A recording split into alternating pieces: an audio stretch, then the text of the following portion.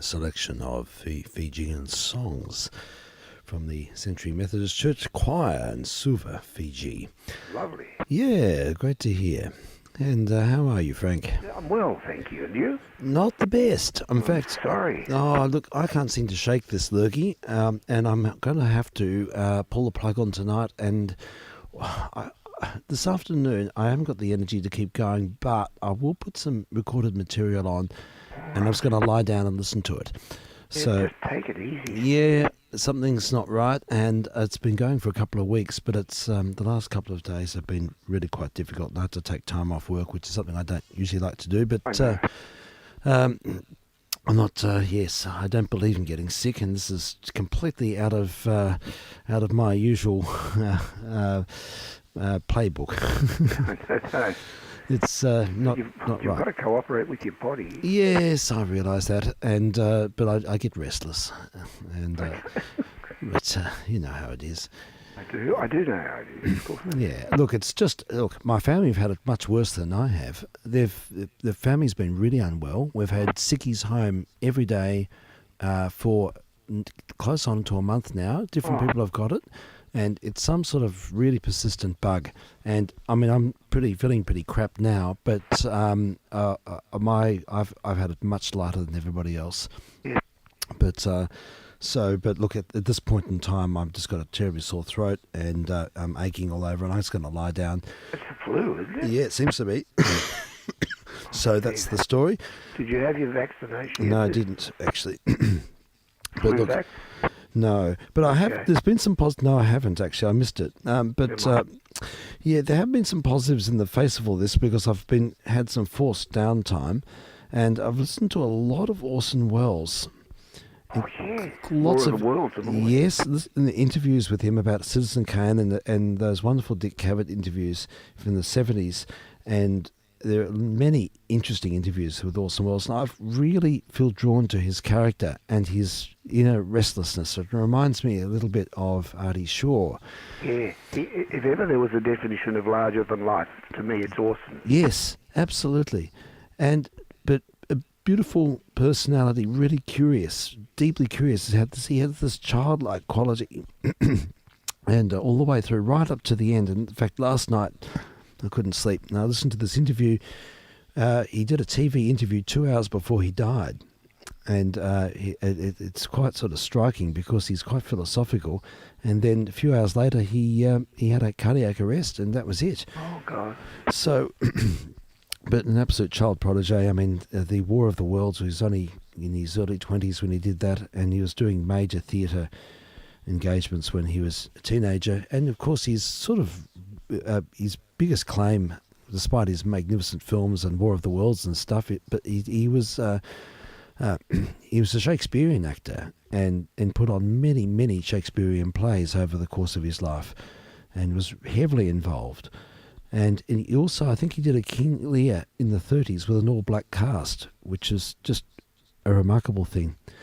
You still there, Frank? Yes, I'm here. Yeah. I'm just thinking, just hold on one second. Yeah, sure, that's fine. Excuse me. So, yes, we've got a little bit of a plan.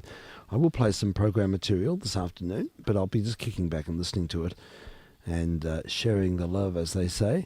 But sitting behind the mic, top and tailing everything is not such an easy proposition at this point. So, and yes, we'll get over this. It's just ridiculous. It's so annoying. Okay, well, what we might start off with is there are some good Orson Welles interviews. And Sorry, Steve. Kathy just needed to tell me something. no, that's all fine. You with us again? You back or no? You're busy. No, I'm fine now. Oh, fine now. Okay. Can I just tell you very briefly about an Orson Welles piece that he did? Yes, please. That you may like to hear. I certainly liked it. It's a recording of a piece written by Oscar Wilde called "The Happy Prince." Oh, yes. It's a beautiful story. It's a very beautiful story. He recites it beautifully. Yeah, he would. The Happy Prince. Yes. I've got a recording of Bing Crosby reciting it. Yeah, that's also a good version, and Yeah. it's got other actors in it. Yes. Orson's is actually the fuller text. Yes, I imagine. I'd love to hear that. I'll seek it out. And I was going to play a little bit of him. There's a couple of interviews that I stand out. don't mean to play it now. It's just No, while you're I've just resting. written it down because I'd love to hear it. It'd be great. And in fact, we should play War of the Worlds and hear some of these interviews because they're deeply compelling. He's a remarkable individual. Here he is reading something. I have no personal connection with the Bible, but there is on the Dick Cavett show. He chose to read a monologue about Noah's Ark. Oh yes. And it's so arresting. It's just incredible. And I suppose he's in his 60s here, or 50s or 60s, because he's always looked older than he was. Because he was only 70 when he died in 1985. So young. Yeah, so, but he was just, he just, larger than life, he just didn't look after himself. But look, I'll play this Noah's Ark. I'll sit here and listen to this again because I just felt so drawn in I'd by love this. to hear it. It's so good. Just a pleasure to listen to. Oh, it is such a pleasure, and it's perfect. It's really remarkable. So, a bit of a reading here, and then following that, I will take my leave for about 50 minutes or so and play this interview with Orson Welles. It's the Paris interview, and it's with a guy called Bernard Braden, who is a Canadian journalist. He's not the best journalist. The questions aren't great, but he's so whimsical in his response, and it's so conversational. It's just terrific, and covers a lot of ground about Orson Welles, and it's one of the best interviews. It's not sort of staged, sort of game show, TV show type stuff. It's much more intimate.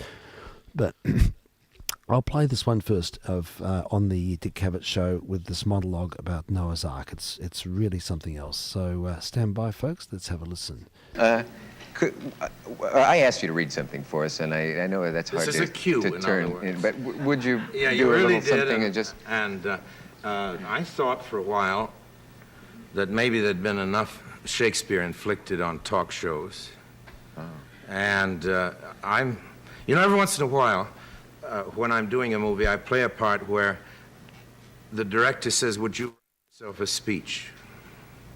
That's happened a few times. And they played, I think, the Third Man theme not long ago. In that picture, I wrote that part, for instance.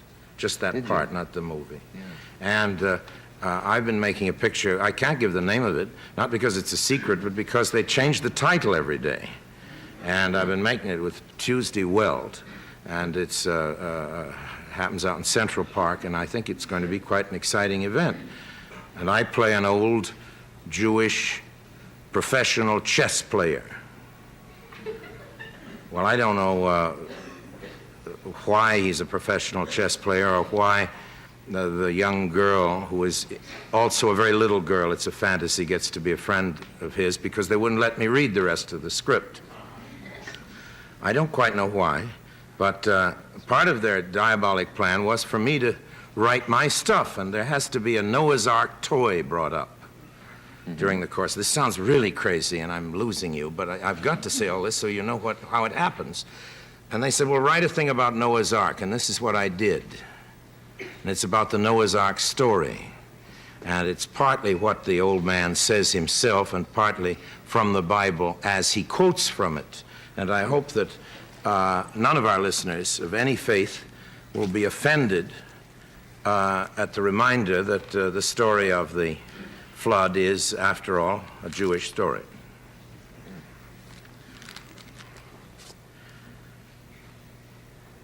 God looked upon the earth, and behold, it was corrupt. For all flesh had corrupted his way upon the earth, and the earth was filled with violence. And God saw that the wickedness of man was great, and the thoughts of his heart was only evil continually. And it repented the Lord that he had made man on the earth, and it grieved him at his heart. And the Lord said, I will destroy man whom I have created from the face of the earth, both man and beast, for it repenteth me that I have made them. Behold, I shall bring a flood of waters upon the earth to destroy all flesh, and every living thing shall die. But then, you know, after he'd fixed it for a big flood to wash everything away, he began to feel a little sorry. It says so right there in the Bible. God changed his mind. He remembered somebody that he loved. He remembered Noah. Who was Noah?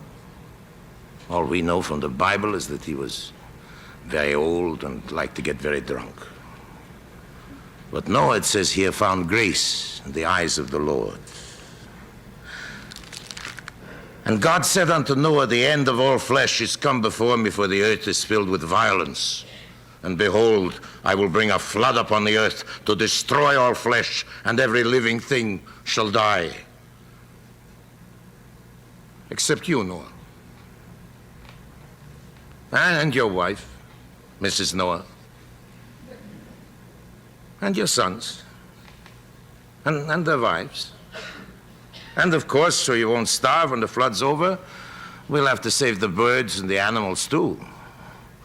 So hurry up, for God's sake, and build a boat. A big one. And put into it, well, put into it every living thing of all flesh. 2 of every sort, male and female, to keep them alive with you. And old Noah did as God told him. He built the boat, the ark, and all the fountains of the great deep were all broken up, and the windows of heaven were opened. And Noah went in with his family into the ark, and the beasts of the earth, and the birds of the sky, and every living thing that creepeth upon the earth went in 2 by 2 unto Noah into the ark, male and female, as God had commanded. And that way, after all, everything was saved. 40 days and 40 nights the rain was upon the face of the earth, and the waters increased greatly upon the earth. And the ark was lifted up and went upon the face of the waters, and the waters prevailed.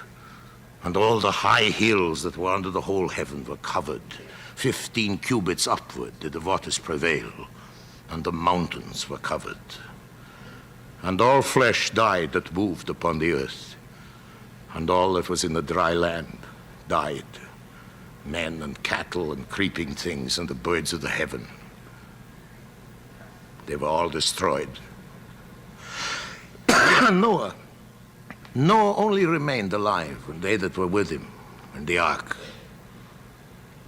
The waters prevailed upon the face of the earth 150 days.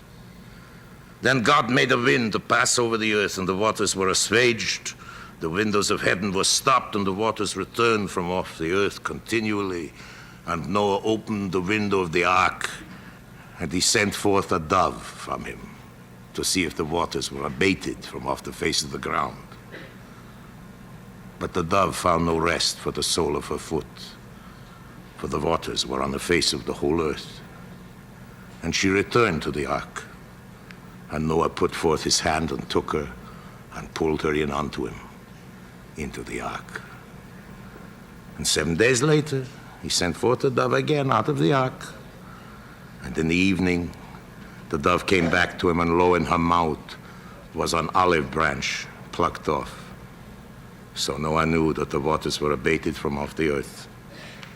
And in another 7 days he sent forth the dove, and she returned not again to him anymore. And Noah removed the covering of the ark and looked, and behold, the face of the ground was dry. And God spoke to Noah and said, Go on, ashore. It's all over. Take Mrs. Noah and your sons and their wives, and take with you all the living things that you've saved from the flood, that they may breed abundantly in the earth, and be fruitful, and multiply, and replenish the earth. Into your hands they are delivered. Every moving thing that liveth shall be meat for you. Even as the green herb have I given you all things. But at the hand of every man's brother will I require the life of man. Whoso sheddeth man's blood, by man shall his blood be shed. And the Lord said, in his own heart he said, I will not again curse the ground any more for man's sake. For the imagination of man's heart is evil from his youth. Neither will I again smite every living thing as I have done. While the earth remaineth, seed time and harvest, and cold and heat, and summer and winter, and day and night shall not cease. So everybody went ashore and started to do their thing all over again. Once again, including old Cap Noah got himself stinking drunk to celebrate. It's right there in the Bible. And now that the storm was over up in the sky, there was a rainbow. And God said, look, I set my rainbow in the cloud. It shall be for a token of a covenant between me and the earth, that never, never shall the earth be destroyed by me. The rainbow shall be in the cloud, and I, the Lord, will look upon it, that I may remember the everlasting covenant between me and every living creature. So the rainbow is God's promise, never again to destroy what he created. A contract printed up in all the colors there are. And if ever again he should feel tempted to call it a bad job and blow us all up or wash the whole world away into darkness, there in the sky will be his rainbow, like a string on God's finger, to remind him. From now on, he's left the whole thing in our hands, the earth and all that grows on it, and everything that lives on it, in our hands. While the earth remaineth, seed time and harvest, and cold and heat, and summer and winter, and day and night shall not cease. Only we can destroy it.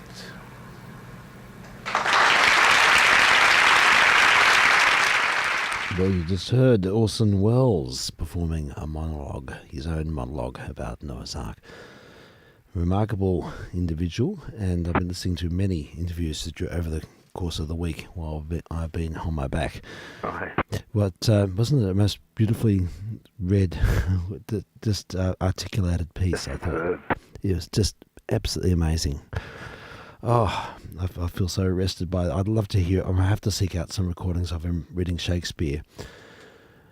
But I'll follow that now with something. I'm going to move out of the room and listen to it remotely for the next 50 minutes. It's the Paris interview with Orson Welles with a Canadian interviewer, Bernard Braden, who doesn't ask the best questions, actually, but Orson Welles is so tolerant and so whimsical, and it's just this beautiful, intimate sort of reflection, and I think it reveals a lot about his personality, because he's not really in performance mode in this instance, and I felt really drawn to him after listening to this the other day, and I'm more than happy to listen to it again. So back in 1960, this one. The one we heard before was 1970. Right. This one is 1960. It goes for about 50 minutes, but I urge the listener to connect with it, because it's something really quite special. So let's have a listen. I'm vk3sl. I'm vk3sl. They all went. There wasn't one left. Oh, sorry, I'll just have to go back to the start of the file. Here we go.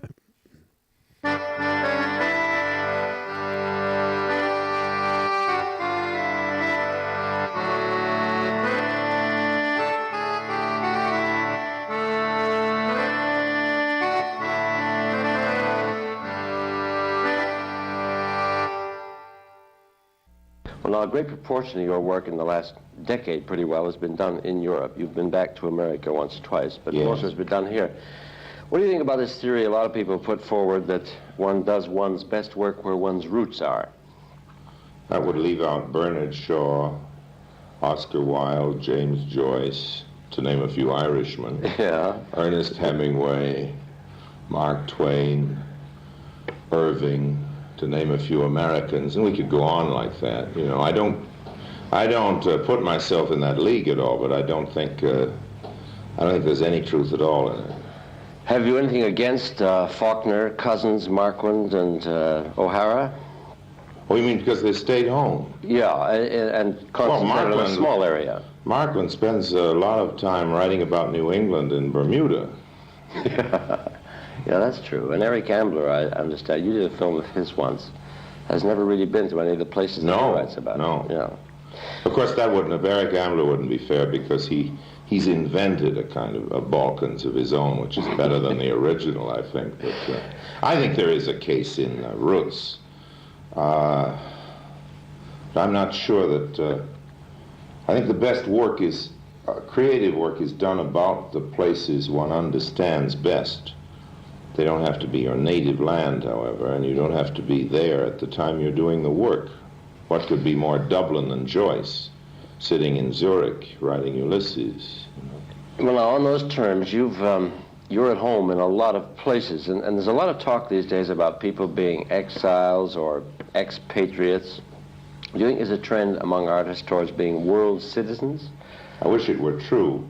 I've just thought of another name to fling at you. Dante, he did all right in exile. But I don't think of myself as an exile at all.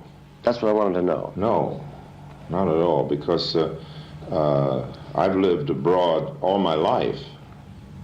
As a child, I lived in China and in Europe. In other words, and yet I'm certainly a Middle Westerner. Your big impact initially was made at home with subjects, apart from, well, of course, we couldn't call War of the Worlds at home, could we? But Citizen Kane was something which was a... That's a film, but in the theater I certainly have done, to my sorrow, very few American things, mostly classics. Well, in terms of speaking of work, your initial impact, which everybody knows was fantastic. In the light of the years that have passed between, do you think you'd rather have had a chance to mature in relative anonymity? No. It wouldn't have had any advantage as far as you're concerned. No. I don't think anonymity is an advantage to anybody who depends on the public. That's a kind of obvious. If you depend on the public, the less anonymous you are, the better you're doing. Was there ever a time when you said to yourself, now I've got it made, I'm here, and nothing can ever happen to me now? No. No. I wish there had been such a moment, no, because I have to go back to the very beginning of my career, which was in Ireland, where I played for 2 years. Yeah. So that I really didn't begin in America, I began in Ireland. And after the first play that I did, in which I made really the biggest success I've ever made in my life, everything since then has been downhill. A newspaper came out to review the second play I did and said, well, Orson Welles is certainly a bitter disappointment to those of us who'd looked to him to lead the Irish theater. And I've been a bitter disappointment to people for about 30 years now in show business. So I've never known that moment when there's been an all-around chorus of huzzas, and I could look at myself in the mirror with any kind of genuine satisfaction. Leave artistic questions alone, just in terms of ordinary show business success. A lot of people were building you up as the great future when you did The War of the World. That was years later, of course. That was years later. You were only what? Yeah. 23, 22? 21. 21. Then at the age of 25, you go out and do Citizen Kane. Now, everybody blew you up at that point. No, not everybody. No? You had a few detractors then? A lot. During the making of the film, but when it was actually critically made. Too. You'd be surprised how many people said, who says there's anything new in this picture? You know, this was all done by UFA in 1930 and so on. By no means, you know. Well, I think history, if I can use that larger word, shows... I'm grateful to you. History shows that Citizen Kane had a tremendous influence on the films that followed it. There was one story to the effect that DeMille literally went and scrapped the film he was making and started over again on the basis of Citizen Kane. You may have had detractors, but there's no question that Kane had a tremendous impact on the business and on the public. Well, now, at this stage, at the age of 25, do you think in any way this went to your head at all? No, because as I say, I've been such a big star when I was 15 that really everything seemed to come down to me afterwards. I never lived up to that first moment of glory. In the last century, you wouldn't have had the same opportunities to spread yourself around in media. More? Please explain. I wouldn't have had television or movies because they didn't exist. But I would have had a critical public, an egghead public, a professional public conditioned for the kind of fellow I am rather than conditioned for the specialist. They welcomed the adventurer in the 19th century much more than they do today. My kind of fellow is the real outsider. Well, now, how would you have been an adventurer? I would have seen you as an actor-manager in the 19th century, with your own theater. Yeah, maybe. Well, you know, I've been that too here. I know you I don't think I would have been probably much... I might have been more successful, but I mightn't have made any more of a permanent go of it under those circumstances. In the 19th century, I might have ended up in Parliament, you know. That would have been in the very 18th century, you had people like Sheridan who were cabinet ministers. Imagine an actor daring to do that today. Have you ever considered running for the Senate? Or Yes, I very nearly ran for the Senate, and in Wisconsin was the place they decided I ought to run. And it was the year I decided not to. And it was the year that McCarthy did run and did win. It was been on my conscience ever since. I can understand that. Do you think that you perhaps spread yourself too thin? No, I don't think anybody spreads himself too thin. I think people say that about me when they want to explain why I'm not better than they think I ought to be, and it's very nice of them to say it. But I don't think, I think people specialize too much, everybody. You know, I think anybody who can communicate in any medium can do it in at least 2 or 3 different ways, not to try. Well, we're not talking so much about mediums now, which I'd like to come to later, because you've gone into a lot of media as well. But these are different art forms as opposed to media. I suppose you can say that if somebody doesn't spread themselves too much, they can have a more solid and enduring and established success. And if that had been what I wanted, which it never has been, then I shouldn't have tried so many different things. But I've been always more interested in experiment than in accomplishment. Well, of all the things you've done, is there one or one of these fields in which you would like to be remembered, if that doesn't sound too pompous? Well, it doesn't sound pompous, but I'm against posterity on principle. I think it's almost as vulgar as success. Well, now, one of the things you've been is a political commentator. Yes. Now, as an artist... Till I got fired. For being too much of a political commentator. Do you think that an artist... No, I got fired at the time when everybody who didn't, who wasn't an extreme rightist got fired off the networks as a political commentator, and a lot of them are back again, professionals, and I just wasn't permanently in that business. There was just a big moment. You may remember. You were the victim of a trend. And there were a lot of us. You know, I was in excellent company. I wasn't, this is pre-McCarthy, I wasn't considered a communist. I was just one of the liberals, and they all went. There wasn't one left for about a half year, you remember. Well, now this is where we run into this business about, I use the phrase spreading yourself too thin. Do you think that an artist should ally himself to a political party or leader? Doesn't it in some way stultify his function as an artist? Maybe it does. I think a human being and a citizen should. And I believe my own allegiance is stronger to the idea of citizenship, and my own loyalty is greater to the idea of myself as a member of the human family than it is as a member of any profession. I don't take art as seriously as politics. Well, that kills the next one, really. I'll give you another answer. I was going to say, as a performer, assuming that you have 2 political parties in any given country, which represent roughly 50% of the population, with a little leeway here and there, don't you, as a performer, automatically cut your audience in half if you show allegiance? If the audience is angry enough, I suppose you do. And I suppose you're a fool to do it. But if you happen to be more interested in the political question than in the size of your audience, then it doesn't matter. This is a risk you're prepared to take. I took. Yeah, you took it. I took and would take again. Yes. Not because I think I'm God's gift to politics at all, but just if I feel strongly enough about something, I don't regard my career as something so precious that it must come before my convictions.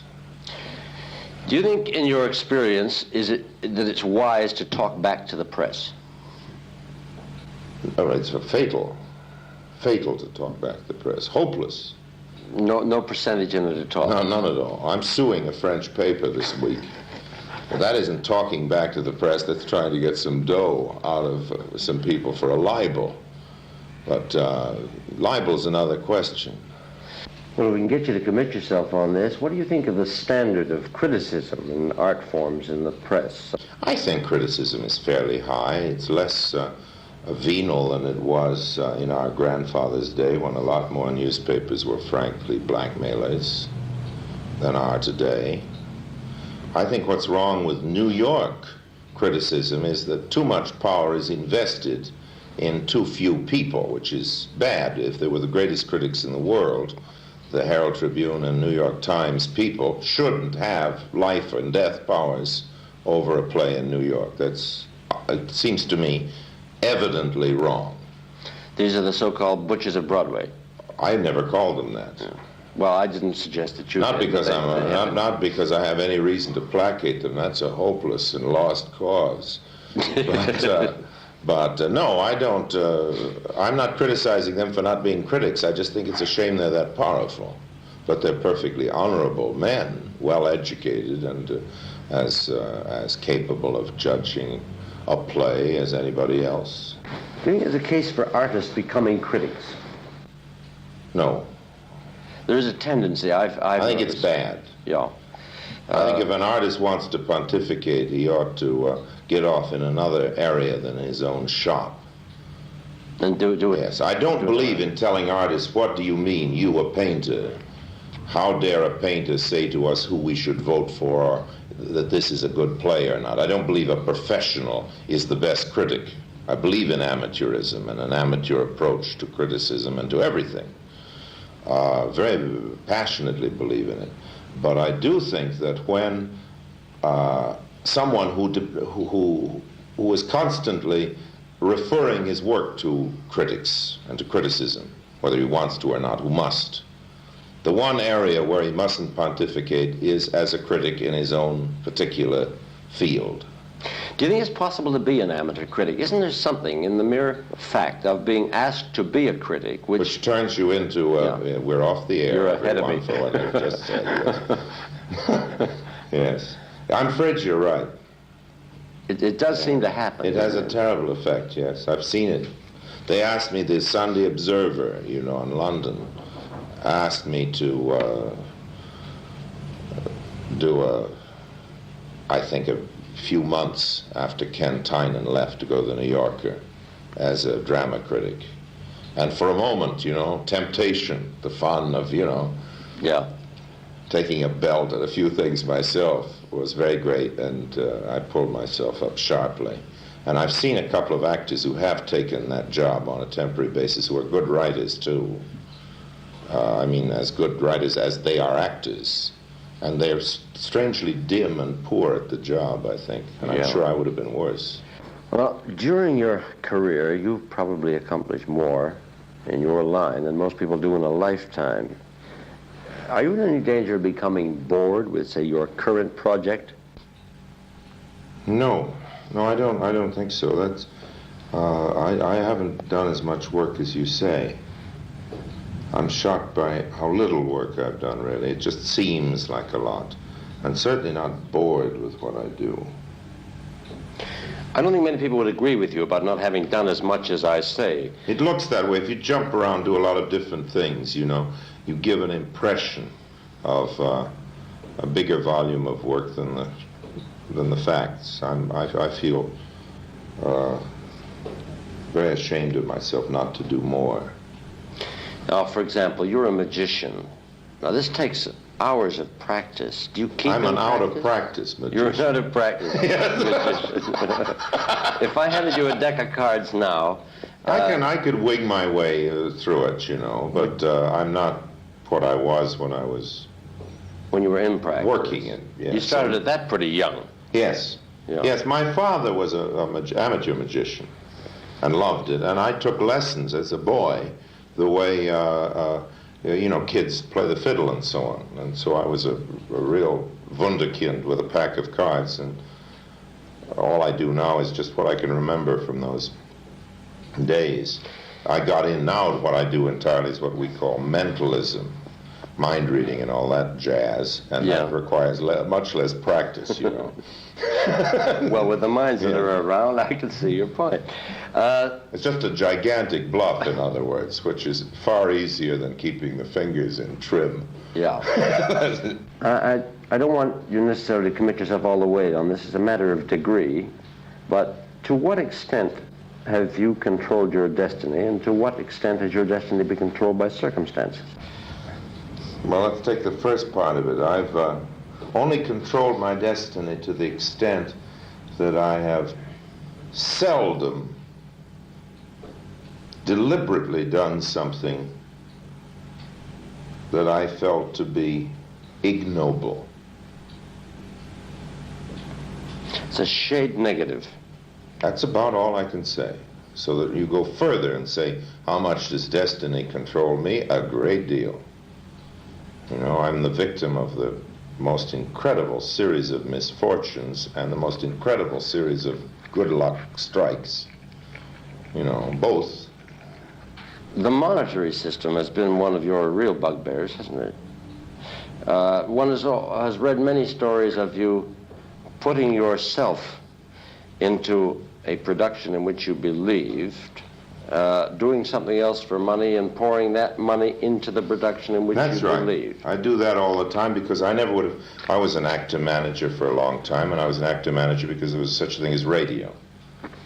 And I made $1,500 a week as an anonymous radio actor in those good golden days when you could do that, and about $1,200 went into the theater, and there would have been no theater if I couldn't have put that money into it. I've just finished a picture now called Don Quixote Goes to the Moon, which was made without a script, entirely improvised, is an extremely experimental picture. I could no more of God. I don't know anybody crazy enough to have put up money for it. And if there's anything valuable that I've done as a director in films in years, this is it. If it's a flop, it's an interesting one, but it never could have even begun if I'd had to get somebody else to finance it. So I've had to use my career as an actor rather cynically. That's true. I've had to do a lot take a lot of jobs and keep myself alive as a terrible word, movie star, something I never wanted to be, simply because it provided me with the dough to do a few pictures. Accepting the fact that you don't take art all that seriously as opposed to other things, do you feel that your ability as an artist has been in any way diminished by accepting such things as Greatly, for money? greatly diminished. But it's been worth My it position, too, has been greatly diminished. In other words, you spoke of Citizen Kane. It's the only picture I've ever made with a contract of that kind. If anybody would give me another contract of that kind, I think I could make a picture better than that. But I've never been given a second chance. Well, now, in terms of being an adventurer and of being an artist, I don't want to try and pin you down on this, but there's a balance somewhere. Would you say that you live to work or work to live? I regard working as part of life. I don't know how to distinguish between the two. I know that one can, and people do. I honestly think that the best answer to that question that I can give you is that the two things aren't separated in my mind. There are people who devote everything to their work and have no life at all. But you have lived in a big way and you have worked in a big way. And I don't separate them. To me, they're all part of the work is an expression of life for me. Does the word home mean anything to you? Oh, yes. And when you think of it, where do you think of it? That's a problem. That's a problem, because as a kid, I was moved around everywhere. I have lots of homes, you know. Lots of homes, but I would like to have the one, but I don't, you know. You don't have a rosebud? No. No such thing for you? No. Was there anything in the film you think that comes out of that? I mean, is that out of your personal experience that you didn't have a rosebud? No, I think I'm ashamed of rosebud. I think it's the rather tawdry device. It's the thing I like least in Kane, and it's kind of a dollar book. But Freudian gag, you know, really. It doesn't stand up very well. But one must have somewhere inside one a sense of home. Yes. And you must have it. Yes. And where is it? That's a wonderful question. But while I sit here and think about it, all the viewers, will be bored. It'll take me so long to try and think. It might take 40 years. You mean I finally got you? Yes, you got it. I suppose, seriously, I suppose it's Woodstock, Illinois, if it's anywhere. I went to school there for 4 years, and if I try to think of the Home, it's that. That isn't fair either, a place where you went to school. So you really have, in your mind, no sense of home? No, so several homes, you know. Several homes. You once said something I thought very interesting and moving about Rome, New York, Paris, and London. Can you remember it? No? You said, I can't remember it all that well either. You thought of, was it Rome as a mistress? And New York as a place to go back to? And London as a place you couldn't resist going back to from time to time? And I forget what it was about Paris. This means nothing to you. I'm sure I said it, you know, but I can't remember, you know.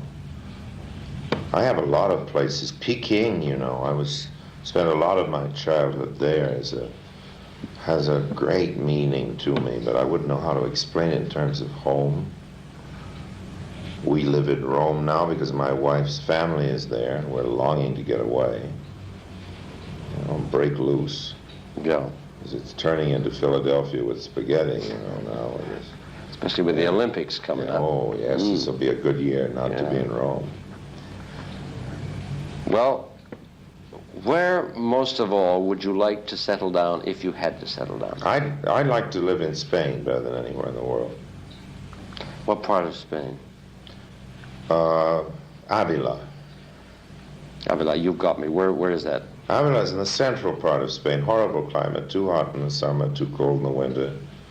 Very strange, tragic place. I don't know why. I've got a great thing about it. Does poverty not bother you when you live in the midst of it? Yes, poverty bothers me when I live here in the Maurice Hotel, too.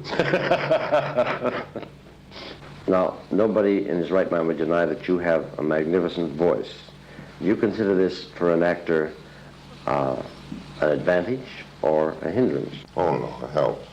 You know what Stanislavski said, la voix, toujours la voix. That's no actor was ever handicapped by a voice. He can be handicapped by using it too beautifully. And if you tell me that I do that, I have no defense. It's just except to apologize. I'm not going to tell you that you do that, but it is true that you are capable with a magnificent organ such as yours of conveying emotion without meaning it. More so than a man with acting? Oh, I'm sorry. Is that acting? Isn't it? You never mean it when you're conveying emotion? Well, if I meant it in a murder scene, I'd kill the girl or the man. I've been told you've come very close to doing that a couple of times. Untrue. You sure now? Untrue. I've heard a couple of stories along those lines. I've heard those stories and they're untrue. The only thing is the poor Caesar who got stabbed once. And that was inadvertent. It wasn't passion. It was a bad aim. Well, I think I heard about an Emilia that got that's in Othello. And the poor little girl, Gudrun York, is about as high as this table. And the job of not hurting her in the strangling scene was so great that when they would see this monster descending on her, naturally the story began to go around how roughly I was treating her. But it isn't so. No, I don't believe. I don't believe that acting is anything except convincing the audience of something that isn't true. Isn't it true that there are a great many superb actors who have become such by realization of the fact that they have indifferent voices and have worked twice as hard for that reason? I mean, I'll cite examples if you like. To me, Laurence Olivier does not have a great voice. Oh, we don't agree. I think he has a superb. You think he has a superb? Oh, marvelous. John Gielgud? Marvelous. Marvelous voice. We don't agree. I'm interviewing you. We'll drop it. He's but you're distinguishing between tenors and baritones, And those are two tenor voices. One is a heroic tenor, one a kind of a lyric tenor. And I'm a bass baritone, There's no difference in quality. It's just a different register. Well, I must beg to differ, but as I say, I'm interviewing you, so we'll go on that basis. Getting back to the stories, is there any? There seem to be a lot of apocryphal stories about you. Is there any truth to the one about with an Iago that you once suddenly threw an epileptic fit, and which terrified the Iago, and that you subsequently said, how can you rehearse an epileptic fit? I can remember saying, how can you rehearse an epileptic fit, because I have never been able to play that scene well in Othello. And what I should have said was, how do you act an epileptic fit? Something that I haven't been able to answer yet, since I always had to fake it. And I know it's been wonderfully done in that scene, and I'm one of the actors that's invariably stunk it up. But if it terrified any of the Iagos I've played with, I'm delighted to hear it. I wouldn't like to say that was untrue. The fact that you say you've invariably stunk it up, is that one of the reasons you keep doing it? No, that scene. I was speaking of the actual epilepsy.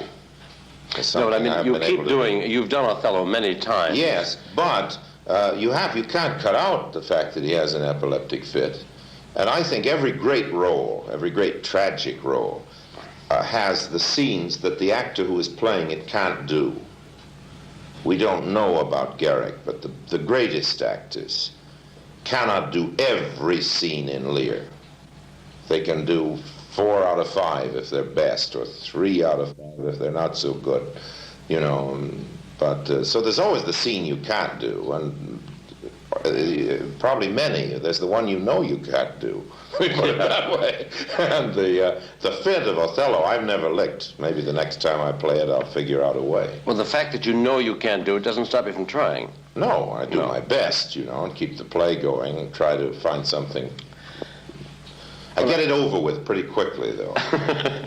Well, every time. In the movies, I cut to a lot of seagulls. Staying on the subject of style, I think there's a general feeling in Europe that Americans, as such, American performers, have no sense of period. That is to say, you get a lot of English and French actors in with an American actor playing the lead, and suddenly you hear him say God instead of God, and the whole effect is gone. You are one to whom I would say this does not apply, but do you think it is true, basically, yes. of the Americans? Yes, it is true. One of it is because we don't put on those plays enough.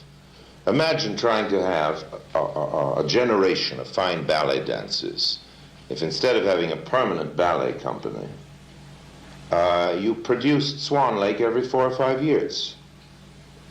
Yeah. Or imagine trying to have a generation of opera singers if Tannhäuser or Aida, whatever you want to name, Don Giovanni, was done the same amount of times that we do Hamlet in New York or in the New World. Do you think that this... And naturally they do it better in England because they do those plays all the time. Does this rule out Americans doing Shakespeare, basically? Not at all. But until Americans believe the necessity to learn what they don't know, it rules them out.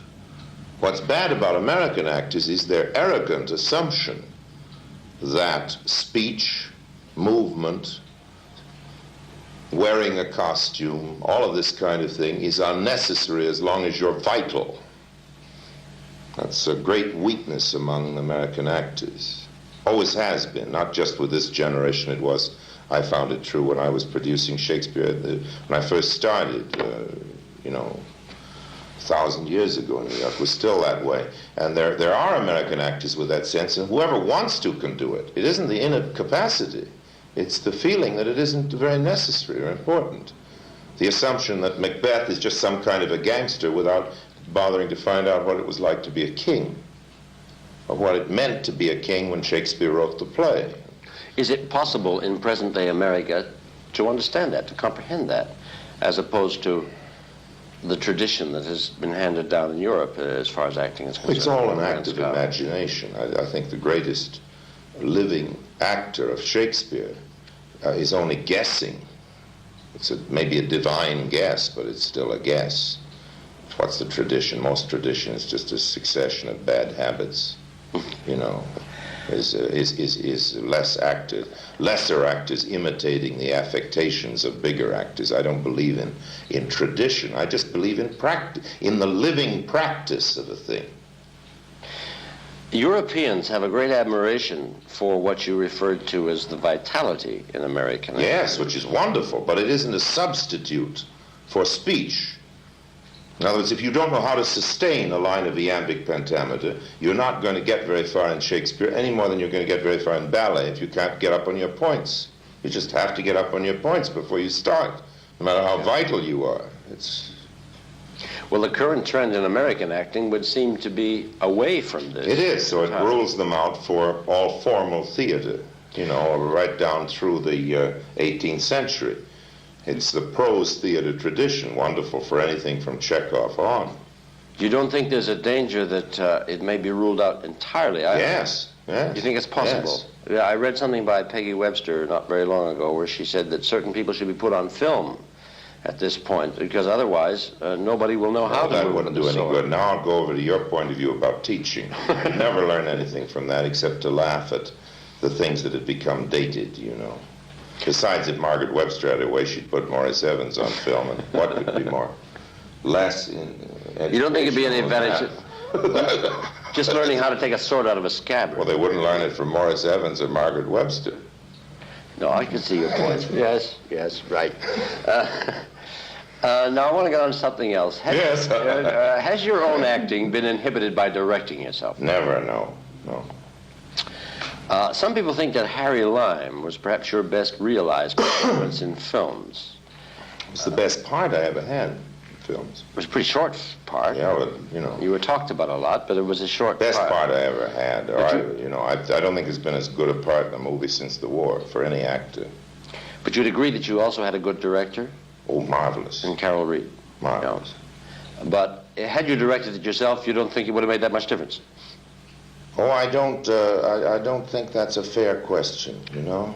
Well, I'm trying to get back to my original question, which was... Because I don't want to seem to be ungrateful to Carol Reed, and yet I don't really and honestly think that an actor who is a director needs a director in movies as much as he does on the stage. It's so easy to direct yourself in movies. It's very hard in the theater. And yet actors have been directing themselves in the theater for 2,000 years. But in movies, it's very easy. I'm going to try it another way. Would you like the opportunity of directing Charlie Chaplin? Yes, I wrote a movie for him, and he agreed to do it for a year, and finally got cold feet and bought the film from me. It was Monsieur Verdoux.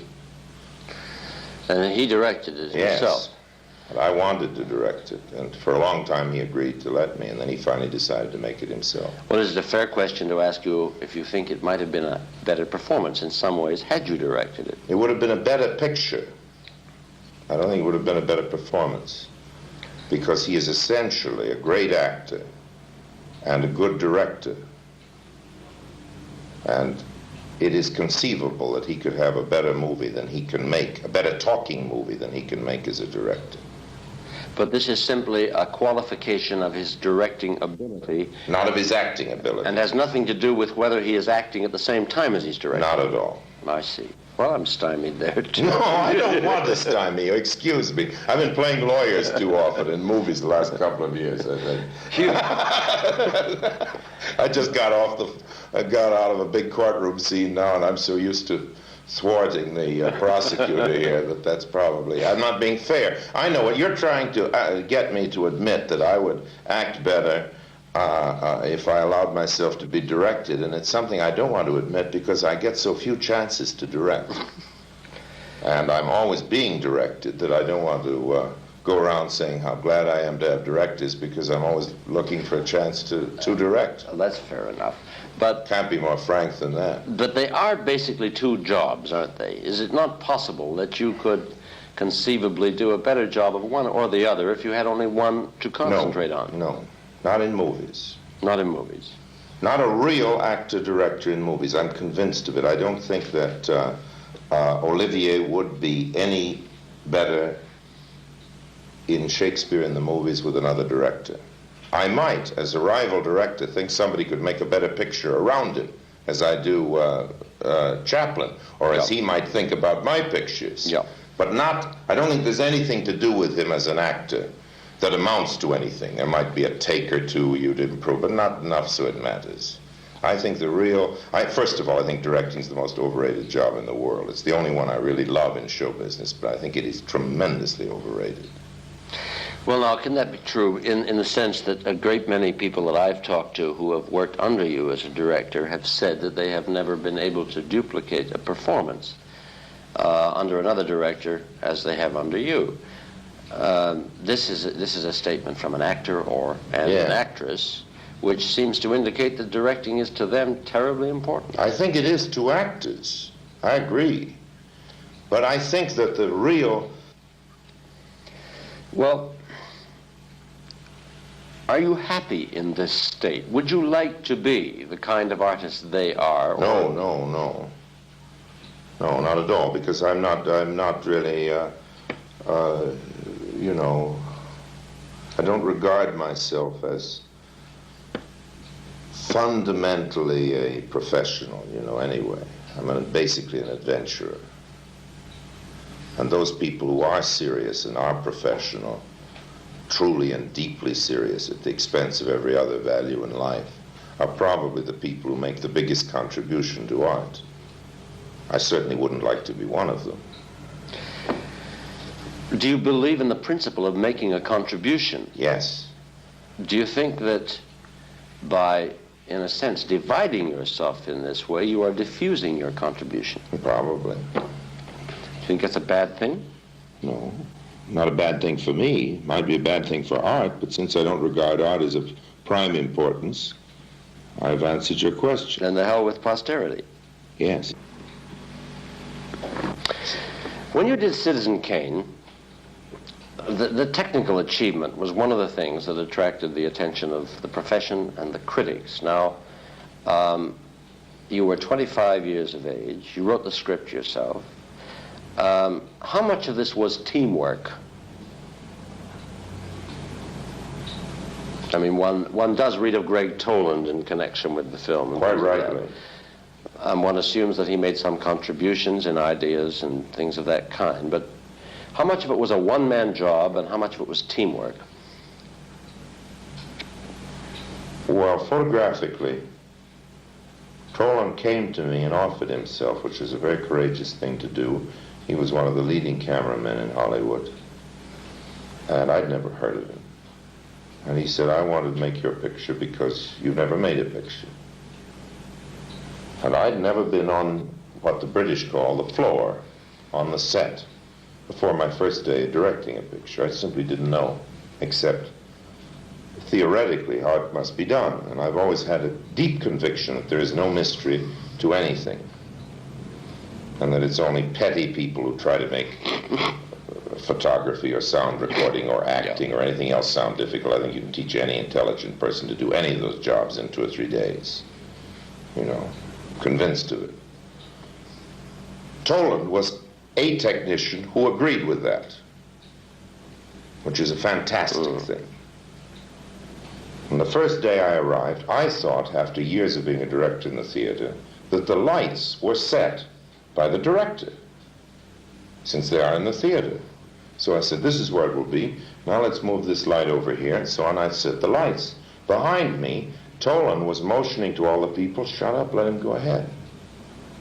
And then balancing behind me without my knowing it, you see. I worked 5 days like that until somebody told me, and I realized what a terrible thing I'd been doing. And Toland was furious that I'd been told. That's very interesting. It's a great tribute to him, I think. And he said, you don't know what it means because you don't look at it from formula.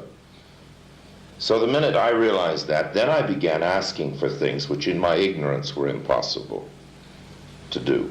Nobody ever asked. That I didn't intend as innovations. It just seemed to me that anything in a frame that you could look at, you ought to be able to do these things. Mm-hmm. So Toland said, let's go ahead and try. Now, under my contract, nobody could look at the rushes but me. If we ruined something, it didn't matter.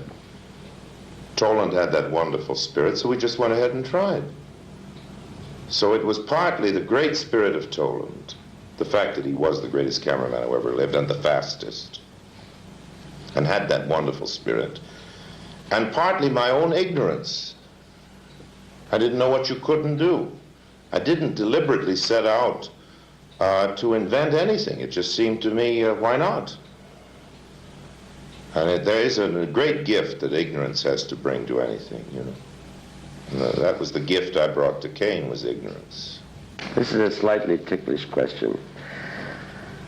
On the one hand, you have been quoted as saying that if you want to make a motion picture, you have to raise $1 million to do it. But on the other hand, you have, in terms of some of the reports one hears, been accused of being irresponsible towards those who have put up the $1 million, not being where you should be when you said you would be there. Is it fair to ask you for a reaction on that? I've heard that over and over again. My answer is unanswerable to anybody who asks the question, because I always want the specific instance. No, I can't. And it can't be given. Well, that's fair enough. I can't. Can't be given. It's a reputation without any basis in fact at all. One of the basis of it is that I did a picture called Othello with my own money, and we had to do it with whatever money I could raise and stop until I raised some more.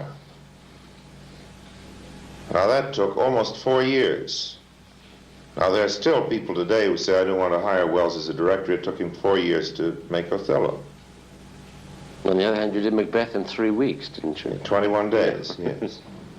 And that was working for somebody, and the schedule was 23 days. I've never gone over schedule on a picture for a studio in my life.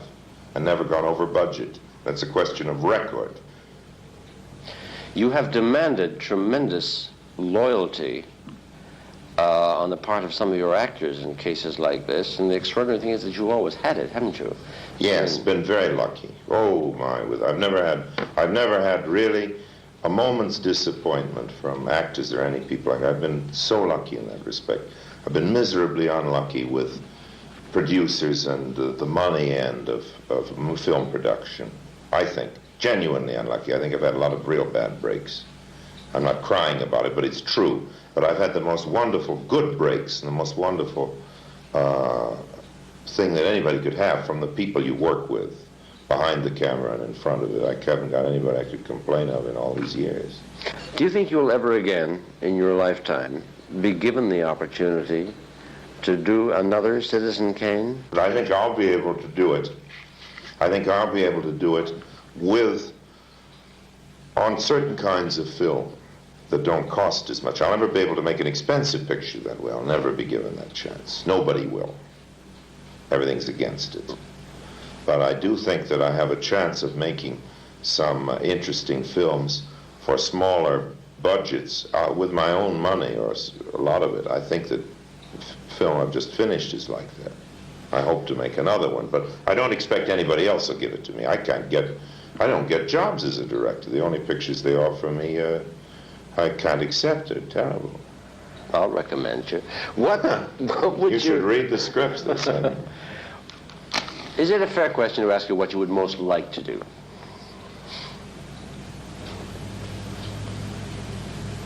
Ever? Ever.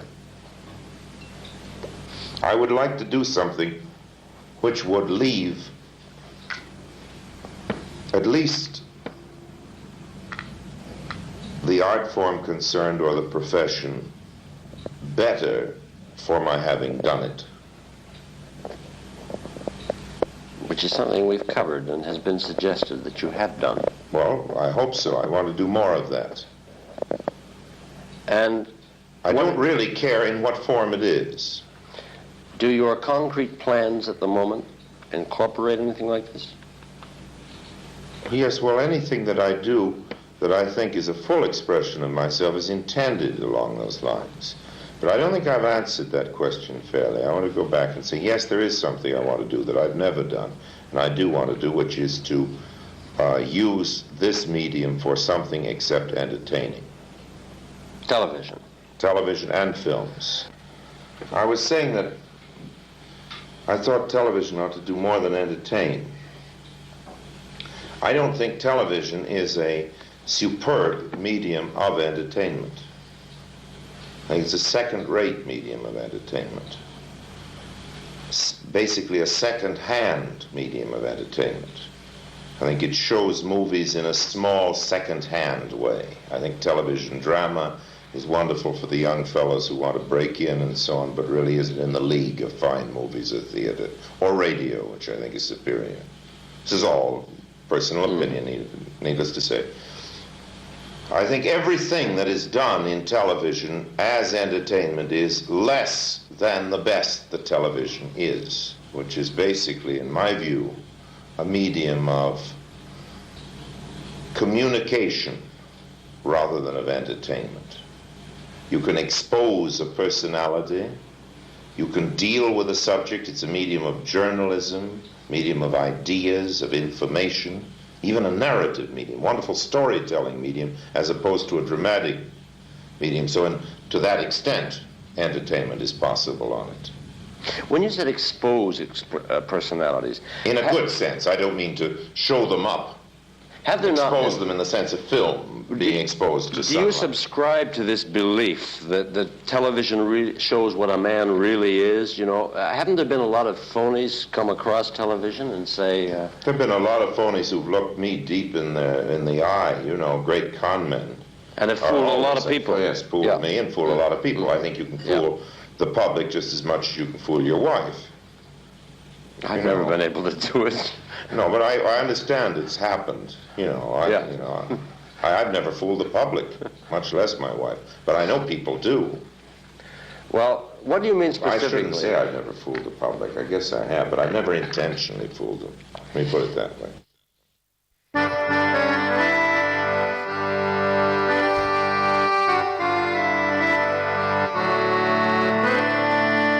Well, folks, you've been listening to an interview with Orson Welles. It's called The Paris Interview from 1960, and it featured Bernard Braden as the interviewer, and it was a CBC production.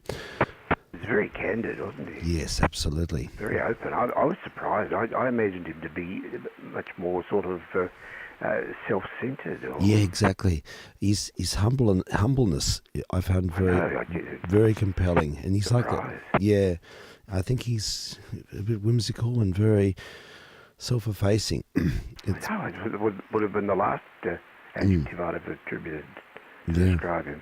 Yeah, and he did it with great with depth and real emotional integrity, I thought.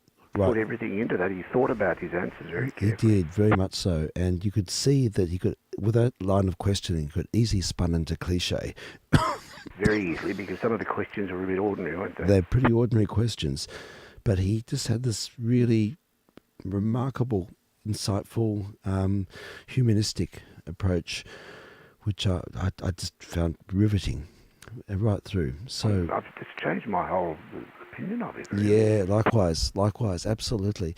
Look, there was he had an affection for Dick Cavett, and some of the interviews he went on very regularly on the Cavett show, and towards later in his life, and some of those are very good as well. Well, Cavett's a better interviewer. Yeah, much better interviewer, and there's some absolutely delicious moments. There's a moment when he took over and starts interviewing Cavett. he does it so well. Yeah. Yeah, but yeah, there's all manner of there's some marvelous material out there, and I've been listening to it all week, and I feel really drawn into his world, and I'm really keen just to watch Citizen Kane. I'm going to watch it on the big screen sometime in the next month, and just really invest in that film, because by all accounts it's one of the most remarkable pictures of its time. Some people say it's the best movie. Yeah, I think a lot of polls reveal that it is. That's right. Interesting to hear about his relationship with the cinematographer Toland, I think his name was, and how they had this quite amazing dance, against all of all of the tradition and all of the stalwarts in the movie industry, and he seemed to be able to run a course that was independent and very creative. And what he said about ignorance, I thought that was fascinating. Oh yeah, totally remarkable. So I'll finish up with another interesting discovery. There is an English musicologist called Matthew King, who he calls himself the music professor, and I think he's a professor at one of the big conservatoriums. I think he might be a retired professor at one of the institutions in Britain, but he's made a lot of YouTube offerings talking about classical music in depth, and I found them really interesting. And he's he's quite sort of whimsical and quite sort of probing, and I think there's some of the best sort of analysis of classical music. But in this instance, I'd like to play a lecture of his called "How Ragtime Changed Music." Oh, wow. Yeah, so he's got the classic YouTube things where he's asking for Patreon and all of that, but I can't edit that out, so we'll just let that ride, some of the incidental stuff. But it goes for about 25 minutes, but it's really worth listening to. I'll have to put the recorder on. I've just had to tap on the shoulder. Oh, no worries at all. I can go and eat. Look, understood. And look, tomorrow there's an evening concert which I'm supposed to go to with the, I'm sure I'll go with the girls. I'm not sure what time I leave. It's an Exalted concert. Okay. If they leave a bit later on, I might be able to do an hour or so, and probably should be okay for Sunday, but certainly tonight I'll just have to take my leave and just try and rest this thing. See how you go. Just got to get over it. It's driving me crazy. Try not to push yourself. No, well, I'm not really now. I mean, I was lying down throughout that. I was savouring every word he was saying, but I was on my back. Anyhow, we'll continue with this talk about how ragtime changed music. It's quite interesting. It's very different to what we've just heard, and it's something else that's of interest. So thanks, Frank. Thank you, Steve. Do take care of you. Yeah, look, I'll be fine. I've just got to get over it. It's just very persistent. I haven't had a persistent bug like this for a long time. I'm used to getting over these things in 1 or 2 days, but this has gone on and on and on. It's ridiculous.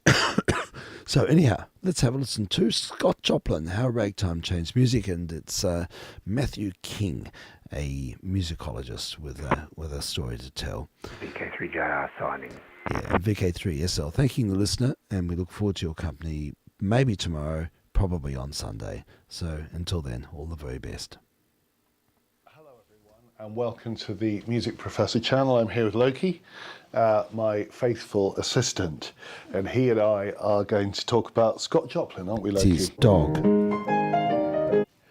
I'm going to do most of the talking, and Loki's going to look at the camera. The reason we're looking at Joplin today is mainly because on Monday, this Monday, the 24th of November 2024, is the official birthday of Scott Joplin and his 156th birthday. So happy birthday to Scott Joplin. I've always loved Scott Joplin's music. I've never discussed it on the channel, but now I'm going to. When I was growing up, I suppose it was the era, the decade of films like The Sting, and Joplin's music became enormously popular. And it was a sort of revival, almost like the Mahler revival of a similar period, but for different reasons. So Joplin's music was pretty much forgotten about after his tragic early death in 1917 when he was 48.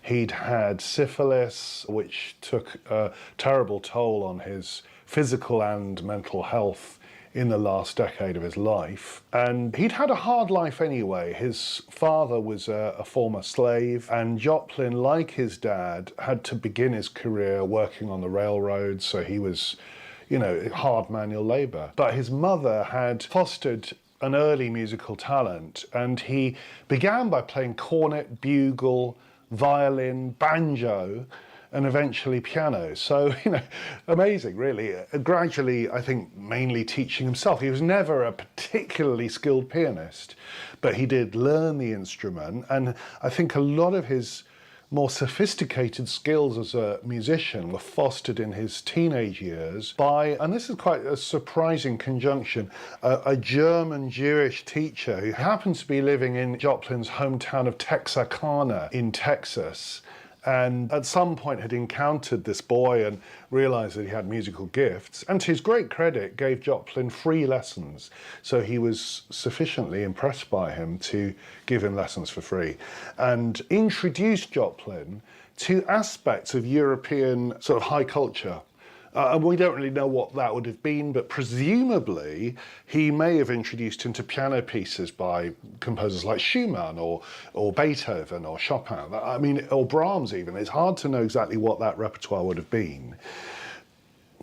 Although I just have a little hunch that Joplin must have been aware of Schubert, because his harmony often makes use of these lovely German sixth progressions. This isn't a German sixth, but it's the sort of thing I mean is in the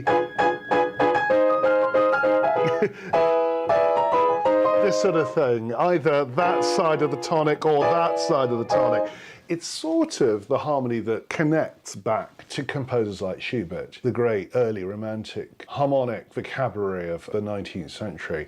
But of course, in Joplin's hands, it becomes this beautiful thing and unique in a way, and I'll talk about that in a moment. So I've probably said enough about Joplin's background, a background in which a young, talented musician is trying to make his way in an environment where, you know, people like Joplin were oppressed economically and socially, and he was facing, you know, the kind of racism that black people faced in the late 19th century in America. And yet he gradually forged a career for himself. He was also living a kind of, his whole career is sort of a fairly itinerant musician's life. I mean, in his early career, he was playing in little bands that often performed in either churches or brothels, as far as I can work out. Later on, when he had a more established career, he lived for a period in St. Louis and later in New York. And the end of his career was blighted. I mentioned syphilis, but also his determination to try to produce an opera called Tremonisha. And it was sort of a tragic story, because in his sterling efforts to try and get the piece put on, he tried to raise funds to do it and eventually did perform it in Harlem, but without success. It was not a successful performance, and it was not well received critically. But that whole project with the opera tells you something about Joplin's sensibilities. He was somebody who wanted to reconcile the popular style which he was part of, the ragtime tradition, of which he was not only a pioneer but the leading figure, and a sort of classical sensibility, which I guess he'd inherited from his teacher Julius Weiss, this idea that he wanted ragtime itself to be a kind of classical music, and therefore an elevated, artistic kind of product, not the commercial venture that he was being encouraged to be part of when he was a young composer, but seriously seeking to produce something artistic. And in that respect, I suppose he resembles later 20th century musicians who had a similar intention. George Gershwin, for example, or Duke Ellington. So later musicians who also had a desire to bring their genre, the popular art form in which they were operating, into a more serious, more artistic domain. And you can certainly see that with Joplin too. So the great moment, the defining career break of Joplin's career was in 1899. Very important year in music, 1899. It's also the year when Schoenberg wrote vk3sl, and I want to do a video about that at some point. But 1899 was the year when Scott Joplin wrote The Maple Leaf Rag. And The Maple Leaf Rag was a piece that he managed to get published, but he sold most of the rights. I think he retained 1% of the royalties. And because it was an enormous hit, that meant that he did have a relatively a modest income from that one piece for the rest of his life. But the Maple Leaf Rag was an enormous hit. I believe it was the biggest selling sheet music of all American compositions up to that time. So an enormous hit. Maple Leaf Rag, which I will do at some point, probably on this channel, because it's marvellous. And I've loved it since I was about 12. Just discovering these wonderful these wonderful syncopated rhythms of Joplin's, coupled with, there's something else that's really cool in this music, which is this rather resonant, there's a kind of sonorous pianistic style that he develops with these beautifully spaced chords, and everything's so well structured. You know, there's more to Joplin than just the fact that it has ragtime elements. There's something beautiful about the piano writing. As I said earlier, he wasn't actually a particularly good pianist, but that isn't reflected in the piano writing. The piano writing is really imaginative. And the great moment, and I always remember this as a teenager, just because I bought, I don't know if I was a teenager, if I was 12 or something, but I remember buying the sheet music, and the trio section of the Maple Leaf Rag was missing for some reason. So it seemed as if it had this... It did that, and I didn't realise until later that is the anacrusis to the wonderful trio section. So anyway, that's my background to the Maple Leaf Rag. But the Maple Leaf Rag is a wonderful piece, and it's one of these popular works whose reputation and immediate success is completely understandable. You know, sometimes nowadays you can hear the most popular track in the world can be, frankly, quite bland and boring. Not always, but very often. Bland, boring and industrial. But I don't think that's the case with Joplin at all. It was marvellous, and I think it was a big hit because it was new and fresh and exciting. And the idiom derives in some respect from the idiom of the American march. I think Joplin knew this, particularly the kind of popular marches of people like Sousa that were very popular at that time. And in fact, there is a very, very early recording of the Maple Leaf Rag played by the American Marine Corps Band. I think that's from about 1900.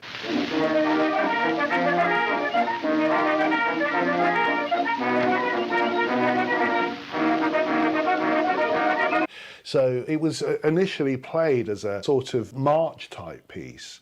But of course it's got these wonderful rhythms. And why is that? The reason, I guess, for the emergence of ragtime, I mean, Joplin said that when he was growing up, there was a ragtime style around him.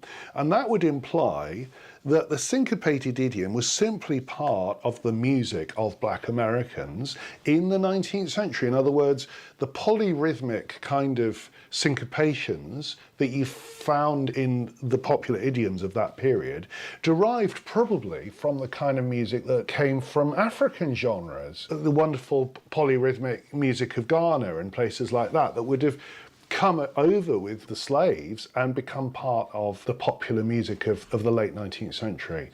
So you've got this wonderful rhythmic, fresh rhythmic vocabulary, which absolutely not only rejuvenated the musical idiom of that period, but then went on into the 20th century to rejuvenate musical idioms throughout the 20th century. I mean, this is an amazing thing, the moment when African rhythm sort of becomes part of European and American popular styles. And, you know, significant composers like Stravinsky and Ravel encountered these rhythms in the 1910s and were completely blown over. You know, Stravinsky wrote a piece called Ragtime in 1918 and said, you know, it was fantastic to encounter these idioms. He said that sheet music for ragtimes was brought to him by a conductor called Ernest Ansermet. Although he later realised that when you heard these things in performance, it was even more exciting than the notated version. So I think what Stravinsky realised at that point was that the notation differed from the performance practice. And this is something I'll talk about at the end, is how do we play these pieces? Do we play them straight, like Joshua Rifkind famously did in the 1970s? Or should we be playing it in a slightly more swung way? Well, okay, let me talk now about the Maple Leaf Rag, but the piece I'm actually going to play isn't the Maple Leaf Rag. It's a later rag from 1907 called Gladiolus Rag. And I'm playing it because in some ways it's a more sophisticated piece. It's a beautiful, rather melancholy piece, and I think actually the essence of Joplin's style is rather melancholy. There's a sort of a wistful character that comes through. And it's never more so than in Gladiolus.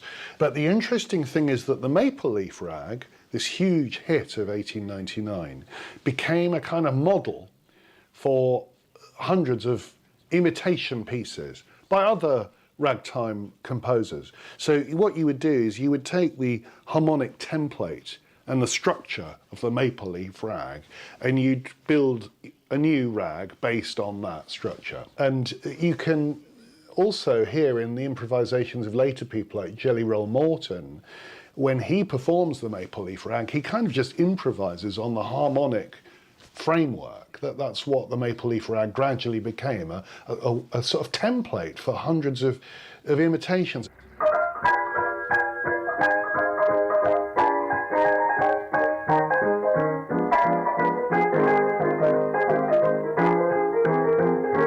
And Joplin himself then felt obliged, it seems, to also follow the template. So you'll see, in a sense, gladiolus rag is a sort of variation on the maple leaf rag. So I'll show you what that means. In the maple leaf rag, which is in A flat major,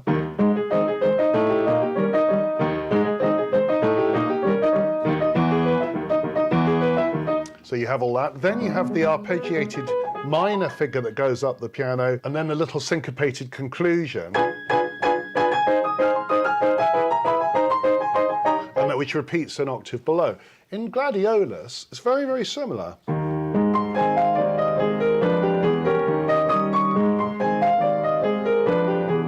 So that is a much more sophisticated, rather lyrical version of,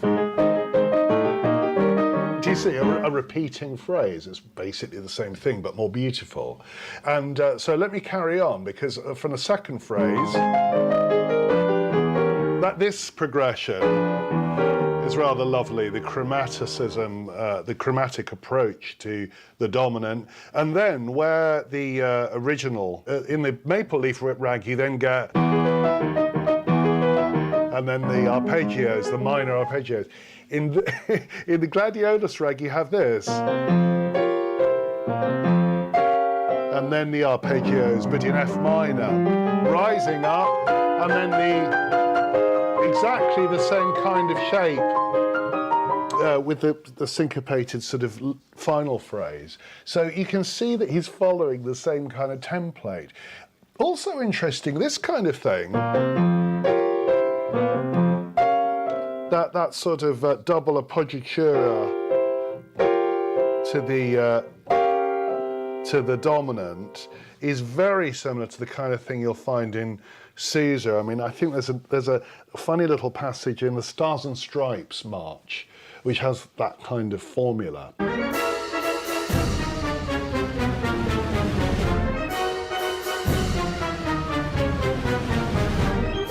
So what we're looking at here are various tropes of popular style that are being used in various rather imaginative ways. And in Gladiolus, in such a lyrical way that it becomes... in Gladiolus rag, it's as if he's transformed the various tropes of the popular style into something expressive and original, and really not like the much more kind of upbeat, jolly kind of thing that you would have heard in other composers' work, including Sousa's at that time, and also in other ragtime pieces. This is a much more pensive style. And then, okay, so following the maple leaf rag template, because the next strain of the rag is... Come on, Loki. So let's compare the next strain of the rag with the maple leaf rag. So what he did in the second strain, each strain is 16 bars long, just like a Sousa march. See, he had this wonderful, famous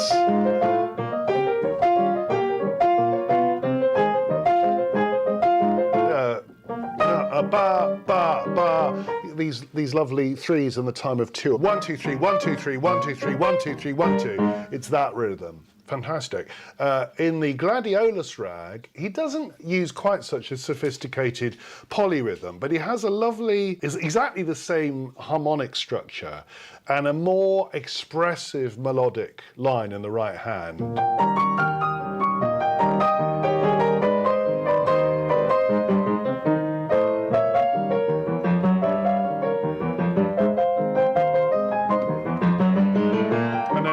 And it repeats again. But the second time,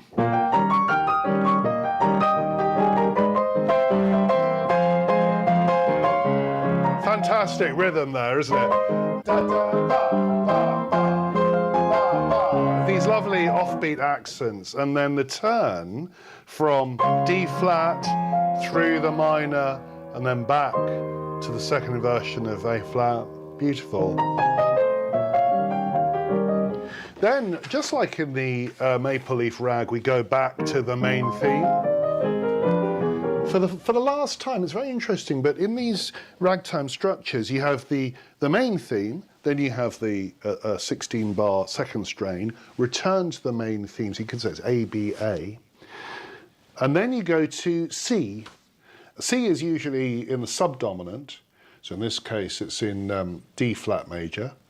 And then in the Maple Leaf Rag, you come back to the tonic again at the end, but in a kind of D. So you don't go back to the main theme, you have a new thing. So in the Maple Leaf Rag, we get this. And then it's D flat major. And then in the final section, he comes back to A flat from D flat. So D flat, and then there's A flat. But this never comes back. So it's in itself, there's a kind of structural sophistication here in that you have a return to the home key, but you don't have a return to the main tune. There's an awareness in the popular style that it's over repetitive to simply just come back to the main tune. So you kind of forget about the main tune and you, in effect, transcend it with this lovely coda, which is often the best bit. So in this piece, that's exactly what happens. So we step up, the equivalent of that bit, the Maple Leaf Rag middle section, is this. It's this lovely D flat thing, quite hard to play with lots of double octaves.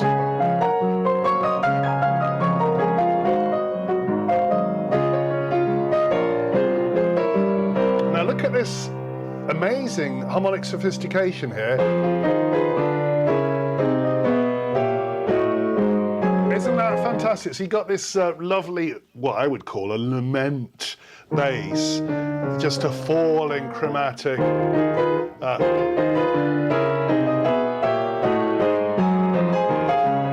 Fantastic. And then back to the main theme, slightly different this time.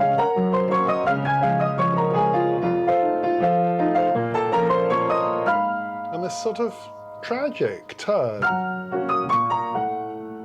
Or at least, perhaps not tragic, but absolutely,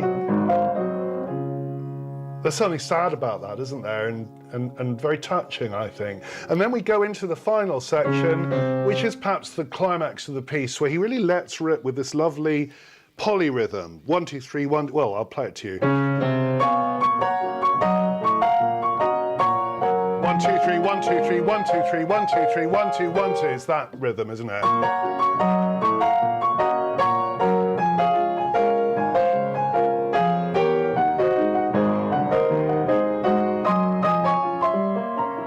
Look at that lovely, almost Wagnerian turn there. The use of these very sophisticated, really romantic. You know, I mentioned about Julius Weiss and the way that he introduced to Joplin the European early romantic harmonic idioms. But it seems to me in Joplin you've got this wonderful synthesis of those early romantic German elements with the polyrhythms of Black American popular music. And it's a really wonderful synthesis. And although Joplin is only, in a sense, a ragtime composer, you know, it's just a single small genre with a single, mostly piano-dominated output, it is wonderfully consistent and contains many beautiful pieces, of which I think the Gladiolus Rag is a marvellous example. I mean, it's a really beautiful piece. So a few things to say before you hear the piece. I've actually recorded it earlier, and I have to warn you that Loki, for some reason, undertook to do a little dance during the performance, and that's just to warn you that he does move around a little bit during the performance, but it's quite entertaining. I think. So he's moved by Joplin's music to the extent that he does his own little performance. That's the first thing to say. The second thing to say is that in this performance, I guess I wanted to break out of that sort of classical way of playing Joplin, as in simply playing it straight, as notated. So some of the sections I do play relatively straight, as Joplin has notated it. But I'm aware, because Joplin lived for some of his life in St. Louis, that a tradition, and I can't tell you when it emerged in St. Louis, but I suspect it existed when Joplin was there. Certainly there is a tradition of St. Louis swing, a very specific swing, and you can hear it in a recording that Jelly Roll Morton did in the 1920s, admittedly after Joplin's death, but there it is, it's clear to hear.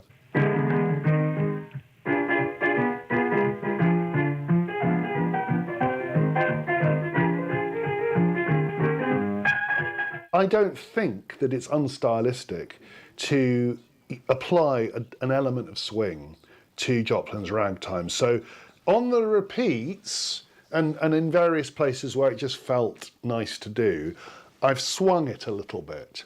I'm sure that some of you will have an opinion on that, and that's fine. But it seems to me that the performance tradition of ragtime, whatever it is, there is room to consider various approaches, because ragtime, after all, is in a sense the precursor of jazz. So out of ragtime emerged this amazing improvised tradition. And it seems to me very likely that the genre itself would have been an improvised genre way, way back at the turn of the 20th century. It's simply that we don't have any recorded examples, but I think that this sort of thing was going on. When Joplin lived in St. Louis, there was a highly competitive culture of ragtime pianists, and Joplin himself was intimidated by it, because he'd go to these nightclubs and places, play the piano, he'd play the maple leaf rag quite frequently, and then find that other pianists would come along, also play the maple leaf rag, but play it better, and play it with more virtuosity, or with more sort of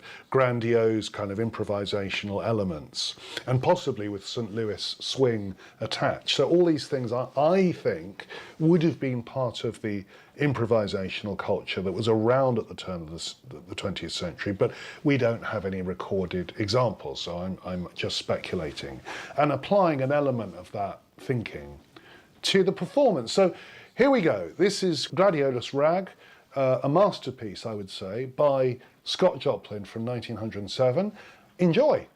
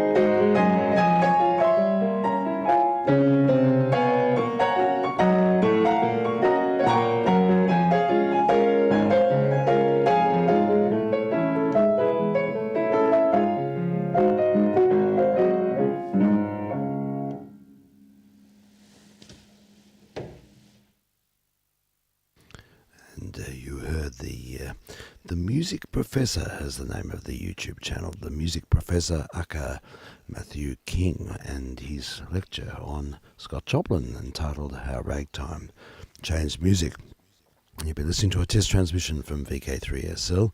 Won't be on tonight, need to rest, and we look forward to your company over the weekend. So thank you for listening, and all the very best. Cheers.